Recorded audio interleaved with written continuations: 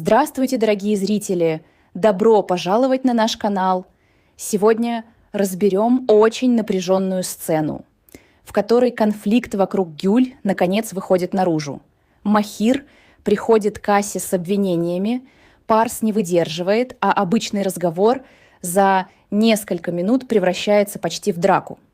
И, судя по всему, история с ребенком теперь будет влиять уже не только на Парса и Асю, но и на обе семьи. Перед началом поставьте лайк, подпишитесь на канал и обязательно напишите в комментариях, на чьей вы стороне в этом конфликте. И, кстати, поддержите нас в ТикТок, там раньше появляются интересные моменты и новости. Ссылка есть в профиле и в описании видео. А теперь к событиям. Махир неожиданно приходит к Асе и сразу начинает обвинять ее в том, что именно она настраивает Парса против Гюль. Ася пытается объяснить, что никого ни против кого не настраивает, но Махир уже не хочет ничего слышать. Его больше всего возмущает то, что Парс почти не интересуется Гюль, хотя, по его мнению, она ждет от него ребенка. И здесь ситуация становится особенно неприятной. Махир прямо говорит Асе, чтобы она не вставала между отцом и ребенком.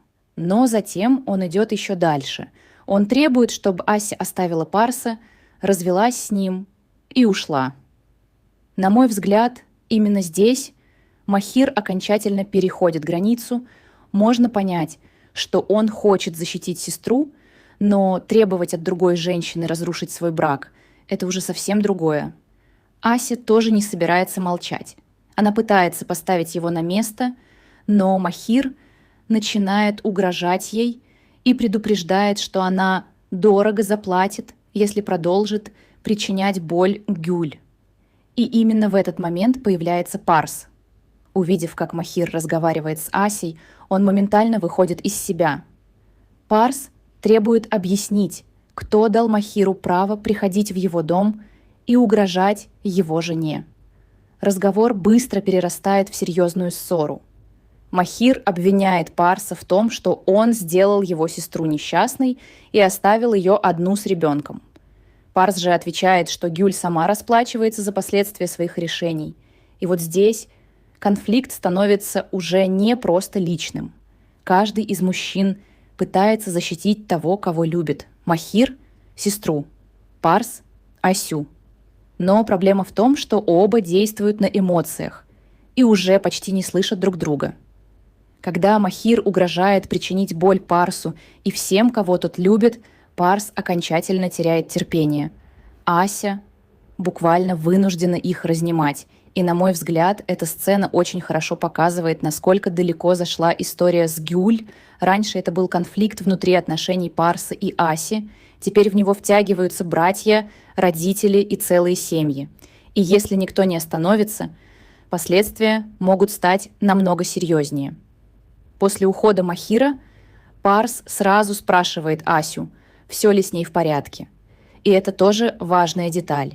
Несмотря на все проблемы между ними, в момент опасности Парс без раздумий становится на ее сторону. Но хватит ли этого Асе, чтобы снова почувствовать себя рядом с ним спокойно? Параллельно сериал показывает совсем другую, более легкую сцену. Дуру и Яман шутят о том, как будут выглядеть через много лет. Они представляют совместную старость детей и внуков. На первый взгляд сцена кажется милой, но за ней скрывается довольно болезненная тема.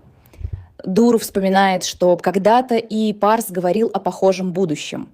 И тут же становится понятно, насколько быстро мечты героев могут разрушиться.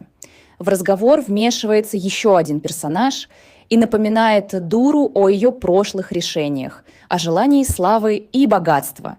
Но Дуру признает, что совершала ошибки и теперь хочет все закончить. Мне кажется, эта линия специально противопоставляется истории Парса и Аси. Одни герои только мечтают о будущем, другие уже знают, насколько легко это будущее потерять. Кстати, дорогие зрители, напишите в комментариях, на каком языке вы смотрите наши видео. Нам очень интересно узнать, кто нас смотрит и какой язык для вас самый удобный. А теперь переходим к семейному разговору, который, пожалуй, еще сильнее показывает всю сложность ситуации. Селма хочет поговорить с Дуру и попробовать вернуть ее домой, но Алишан категорически против. Он считает, что Дуру сама разрушила отношения с семьей и теперь должна отвечать за свои решения. Селма, наоборот, винит Ямана. По ее мнению, именно его появление принесло в семью одну проблему за другой. Но здесь возникает очень важный спор. Можно ли вообще переложить всю вину только на одного человека? На мой взгляд, нет. Каждый герой здесь сделал свой выбор, и сейчас вся семья расплачивается сразу за несколько ошибок. Разговор постепенно переходит к Парсу, Асе и будущему ребенку Гюль. Алишан говорит, что этот ребенок все равно будет его внуком, и он не собирается от него отказываться. Селма сразу возражает. Она напоминает, что есть Ася, и для нее мысль о ребенке Парса от другой женщины может быть невыносимой. И вот здесь прозвучала очень правильная мысль. Женщина может простить многое, но принять ребенка любимого мужчины от другой женщины невероятно тяжело. Селма даже вспоминает, что сама когда-то была близка к разводу. И неожиданно Алишан очень болезненно реагирует на это слово. Он просит ее больше никогда не говорить о разводе. На мой взгляд, это тоже не случайный разговор. Возможно, сценаристы начинают постепенно показывать проблемы уже в старшем поколении. Получается, сейчас сразу несколько семей находятся на грани.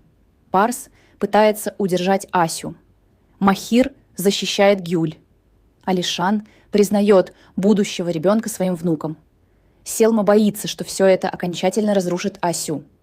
А Дуру и Яман продолжают мечтать о будущем, хотя вокруг них тоже слишком много нерешенных проблем. И теперь главный вопрос: сколько еще сможет выдержать Ася? Потому что Парс может сколько угодно защищать ее от Махира. Но главная угроза их браку находится не снаружи. Она уже внутри их отношений. Если история с ребенком действительно продолжится, Парсу придется сделать очень сложный выбор. Как быть отцом и при этом не потерять Асю? И мне кажется, именно вокруг этого будет строиться следующий большой конфликт. Как вы думаете, правильно ли поступил Парс, защищая Асю?